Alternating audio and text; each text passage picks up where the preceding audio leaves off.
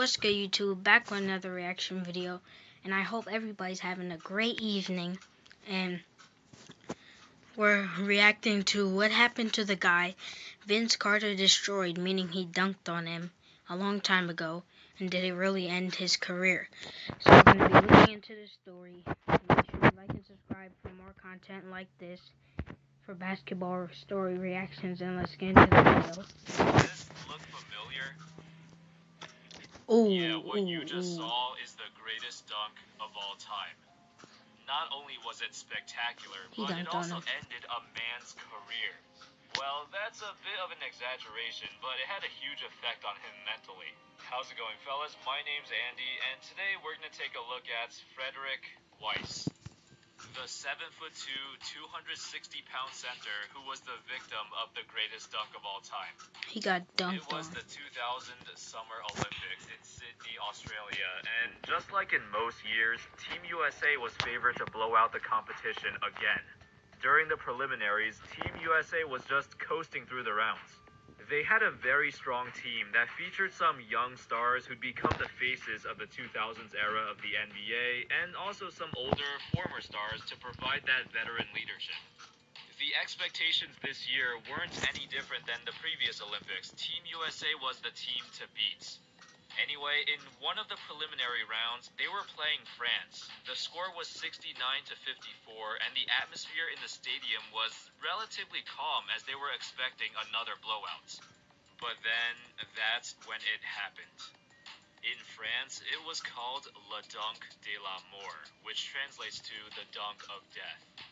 Everyone on Team USA, everyone in the stadium did not believe what they just saw. It didn't even make sense, and there was no build-up to this dunk at all. It happened just like that, and it took several minutes for everyone to fully understand the impact of what just happened. Even Carter himself did not realize what he did was that ridiculous until he saw the replay of it. After Team USA won the game, a ton of reporters asked Weiss about the dunk. Weiss said, "I knew he could jump, but I did not know he could jump over me. Everybody will know my face now, or my jersey number at least. It's going to be on a poster for sure." Then he would follow that up by saying, "It was great, but at the end of the day, it's just 2 points." So, what happened to Fredrick Weiss after the dunk of death? Yeah, what happened to Team him? USA would go on to defeat France again in the gold medal game, as France got silver.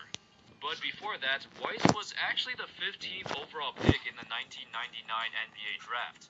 He was selected by the New York Knicks a year before the dunk even happened, but he did not play in the NBA yet. And it turns out he would never even play a single NBA game ever. That's kinda crazy. The Knicks used their 15th overall pick to draft someone who would never even play in the league. I guess that further shows their string of bad luck and bad draft picks. What's even funnier is that Ron Artest was in the same draft, and he was selected at number 16, one spot after Weiss. Knicks fans were obviously upset when the team selected Weiss, because not only did nobody even know who he was at the time, but Artest also grew up in Queens, in New York City, and he also played college ball at St. John's. So he was a local basketball star, and reasonably, Knicks fans were really upset that the Knicks did not draft him. As for Weiss, from 1997 to 2000, he was an all-star in the French league, but unfortunately, after that, he started to slow down because of injuries and other health issues.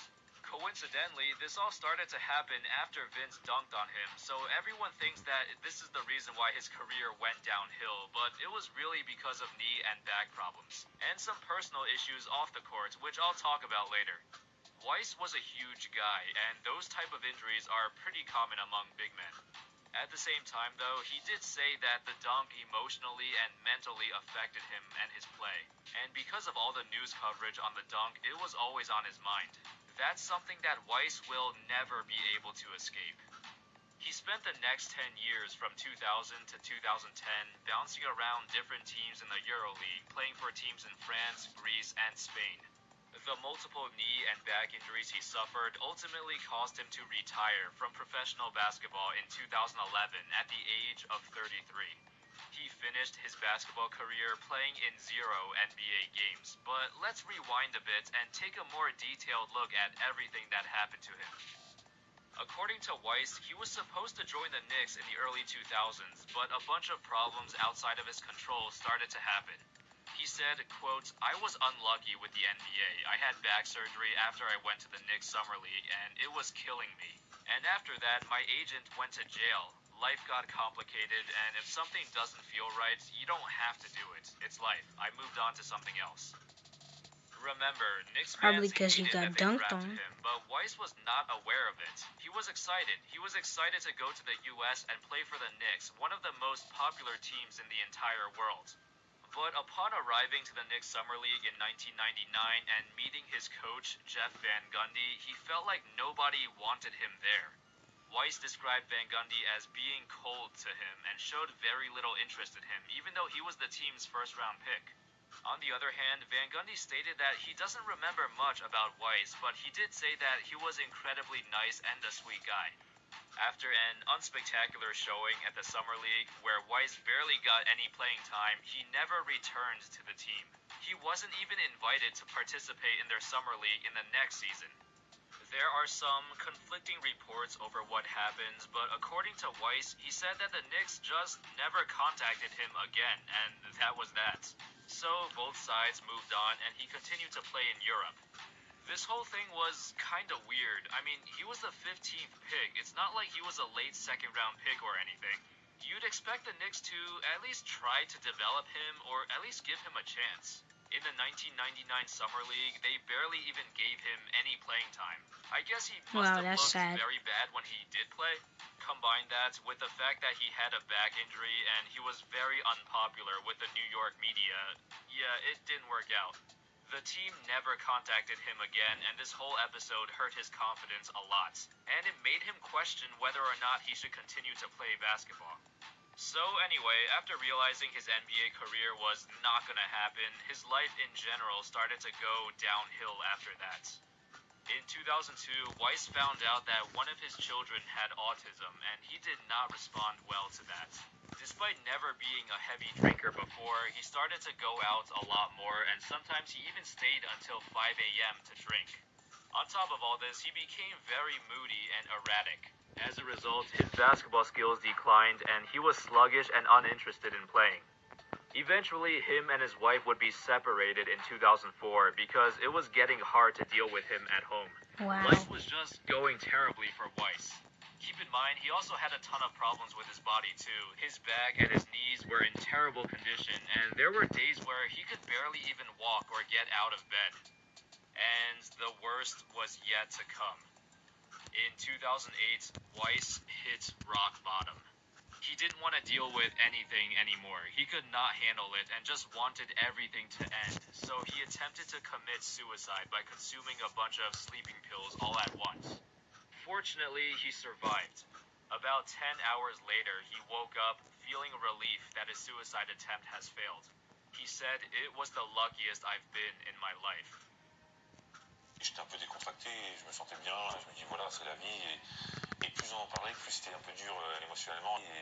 Mais là, c'est vrai que plus j'y pense et plus j'y réfléchis, plus c'est compliqué pour moi.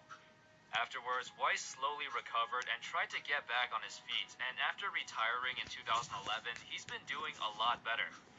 Nowadays, he still struggles from depression, but he seems content with his life. Him and his wife, Celia, worked out their differences, and they own and operate their own tobacco store in France. According to Celia, there are days when Weiss doesn't feel well at all. There are so many mornings when she finds Weiss lying in bed, grim-faced. And there are still so many times too when Weiss has mood swings. He's still trying to find ways to make himself happy again, and the process has been slower than he expected. But he's getting there. There was a time a few years ago when Weiss was visiting New York City again, and when an officer was checking his passport, he actually recognized him. The officer asked, "Aren't you the guy the Knicks drafted?" To which Weiss responded, No, that's my cousin." And that sums up the story of Fredrick Weiss. He was on the opposite end of one of the most famous highlights in the history of basketball, but not many people really know who he is or what happened to him. Well, I mean, getting dunked on was basically the only thing that made him famous. I had such a hard time finding any highlights of Fredrick Weiss. Like, even if you go to Google Images and search Fredrick Weiss highlights, all you get is Vince Carter dunking on him. I think there's a bunch of people who really do believe that dunk basically ended his career and destroyed him mentally. And while the dunk did impact him mentally and hurt his confidence a bit, there were also a ton of other things going on too. But yeah, that's pretty much it. I thought I'd make a video about him because he has a cool story. Anyway, thank you everyone so much for watching. I hope y'all enjoyed that video, and I'll see you next time. Peace. Thanks so much for watching, guys. And that was the story of Fredrick Weiss.